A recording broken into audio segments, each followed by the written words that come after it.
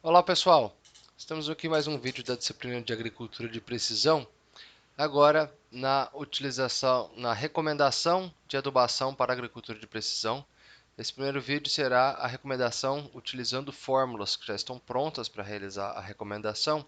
E lembrando que nós já passamos pelos assuntos de amostragem de solo, interpolação dos dados de solo e interpretação dos dados de solo, chegando agora no momento da recomendação. Nós abordaremos ao longo dos vídeos no canal três tipos de recomendação de adubação na agricultura de precisão. Esse vídeo agora, que é com a utilização de fórmulas e álgebra de mapas para recomendação de adubação. Nós também podemos utilizar tabelas associadas com o cruzamento de vetores para encontrar o valor a ser recomendado de adubo ou corretivo de acidez. E finalmente, no último vídeo, com a regressão a partir dessas tabelas, gerando uma fórmula, que é basicamente o procedimento que nós vamos abordar hoje, a partir do momento que você tem a sua fórmula determinada por regressão. Então, nós vamos de um método mais simples para um método mais complexo e cada método vai se adequar de acordo com o que você tem de disponível na literatura com relação às recomendações para a correção do solo e adubação. Na nossa aula de hoje com a utilização de fórmulas, um exemplo bem clássico aqui, que é a recomendação de calagem, baseada na saturação de bases. Então você tem uma saturação de bases desejável para sua área, uma saturação de bases atual, e essa saturação de bases, no nosso caso, é um arquivo raster espacializado, né? Então você tem a espacialização da saturação por bases da sua área, vezes a CTC da área, que também é espacializada. Então, quando a pessoa tem uma análise, ela pode realizar esse cálculo para a amostra. Ela vai fazer uma amostra só. No nosso caso, nós tínhamos várias amostras. Essas amostras permitiram que nós realizássemos a interpolação dos atributos do solo. Neste caso, estamos trabalhando com a saturação por bases e a CTC. E lembrando que, no caso de recomendação de calagem, ainda é necessário multiplicar o resultado, que é em toneladas por hectare, pelo fator de correção do PRNT do calcário.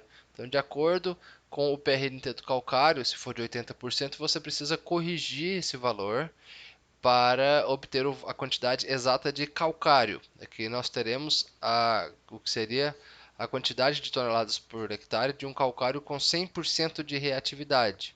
Não é o caso encontrado em campo. E aí, como isso é variável de acordo com o PRNT, você precisa usar um fator de correção que nada mais é do que 1 dividido pelo PRNT do seu calcário em notação decimal, não porcentagem. Então, se o seu PRNT for de 80%, você vai multiplicar por 1 dividido por 0,8, ok? E isso é facilmente encontrado na literatura. Eu foquei aqui na utilização da fórmula propriamente dita, que nós temos o perímetro da nossa área. E eu vou colocar aqui o dado interpolado de saturação por bases e também o nosso arquivo de CTC. Uma observação muito importante, neste momento eu não vou analisar a qualidade da interpolação. Aqui eu gerei simplesmente uma interpolação básica, não analisei a qualidade desta interpolação, porque o objetivo aqui é implantar um método de recomendação. Tá? Então são dados de referência aqui.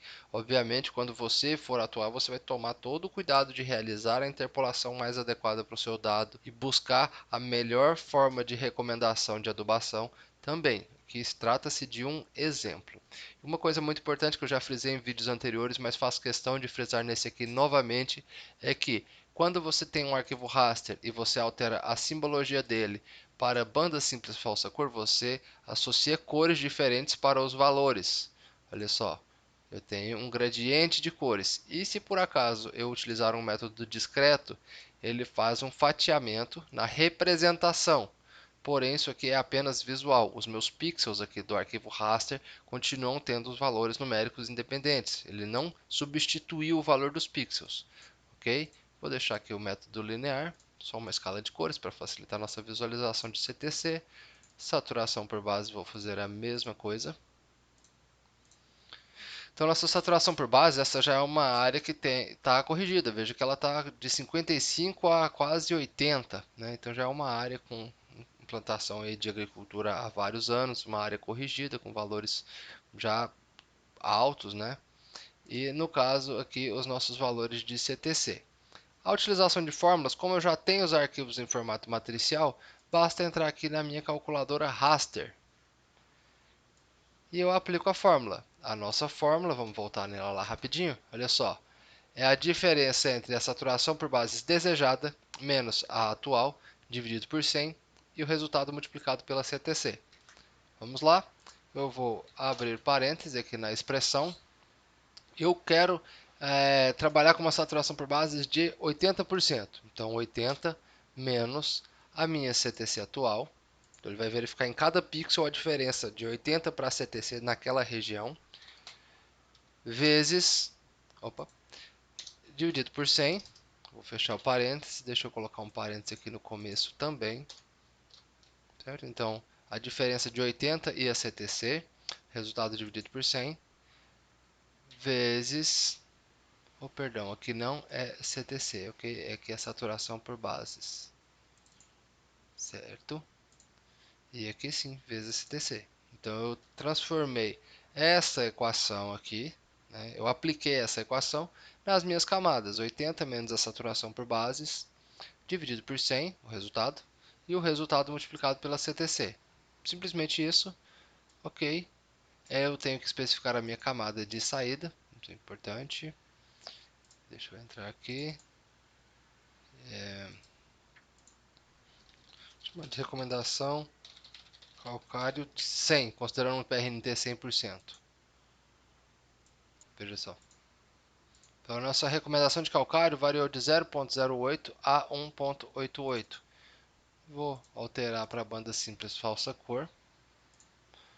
Veja a variação de tons vermelho até verde.